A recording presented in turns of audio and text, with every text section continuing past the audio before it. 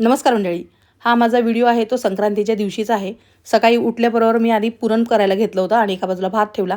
त्याचबरोबर हे सगळे पुरणपोळीमध्ये टाकणारा मसाला जो आहे जो मी नेहमी वापरते, त्याच्यामुळे आपल्या पुरणपोळ्या खूप छान होतात. आणि हा सगळा मसाला रेडी करून पुरणसुद्धा माझं वाटून वगैरे झालं होतं सकाळी. आणि सकाळीच मी पीठसुद्धा मळून घेतलं होतं. तरीसुद्धा पुरणपोळ्या करण्यासाठी मला रात्रीचे 10:30 वाजले, कारण की लाडूची ऑर्डर भरपूर होती. आपले डिंक, मेथी, ड्रायफ्रूट आणि हिरव्या मुगाचे लाडू आणि आता त्याचबरोबर तीळ, शेंगदाणे वगैरे याचे लाडू होते ना, तर त्याची ऑर्डरसुद्धा मला एकाच ताईंची 6 किलोची ऑर्डर होती. तर ते लाडू पण करायचे होते.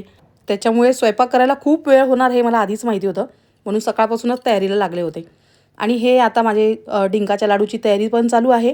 म्हणजे डिंकाचे लाडूसुद्धा करायचे आहेत. तर तो 30 किलोचा सगळा मसाला मी रेडी करून ठेवला आहे. आणि हे जे मसाले आहेत ना, ते लाडू सोबत जाणार आहेत. म्हणजे जे कस्टमर आपले लाडूचे आहेत ना, त्यांनीच हे मसाले घेतले आहेत. आधी त्यांचं पॅकिंग करून घेतलं आणि आता जे सिंगल आहेत, जे फक्त मसाले आहेत, ते पण जाणार आहेत. आणि हे ते लाडू आहेत जे 6 किलोची मला ऑर्डर होती एकाच ताईंची. आणि हे लाडू जे आहेत ना, ते आपले अमेरिकेला जाणार आहेत. एका ताईंना ते लाडू हवेत. तर त्याच्याबद्दल मी तुम्हाला म्हणजे तो मी व्हिडिओ करणार आहे. खूप जणी तुम्ही म्हणता की तू रेसिपी शेअर नाही करत. तर मी ती रेसिपी तुमच्यासोबत एक करून शेअर करेन. कारण की एका मिनिटाच्या व्हिडिओमध्ये ना हे सगळं काही आपल्याला सांगता येत नाही ना. तर आता हे सगळे मसाले जे मिरच्या वगैरे मी आणल्यात, तर ते कांदे चिरून मसाले आपले बाहेर सुकायला ठेवलेले आहेत. जे काय आहेत ते मिरच्या आणि कांदे. ज्या ज्या ताईंना मसाले पोचलेत त्यांना तो खूप आवडला आणि मला परत रिपीट ऑर्डर आहे. जसे की आपली लाडूंची सुद्धा ऑर्डर आहे.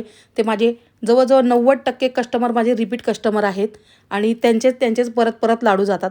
तर असं तुम्ही मला माझ्यावर विश्वास ठेवता, एवढं प्रेम देता, त्यासाठी खरंच खूप मोठं थँक्यू.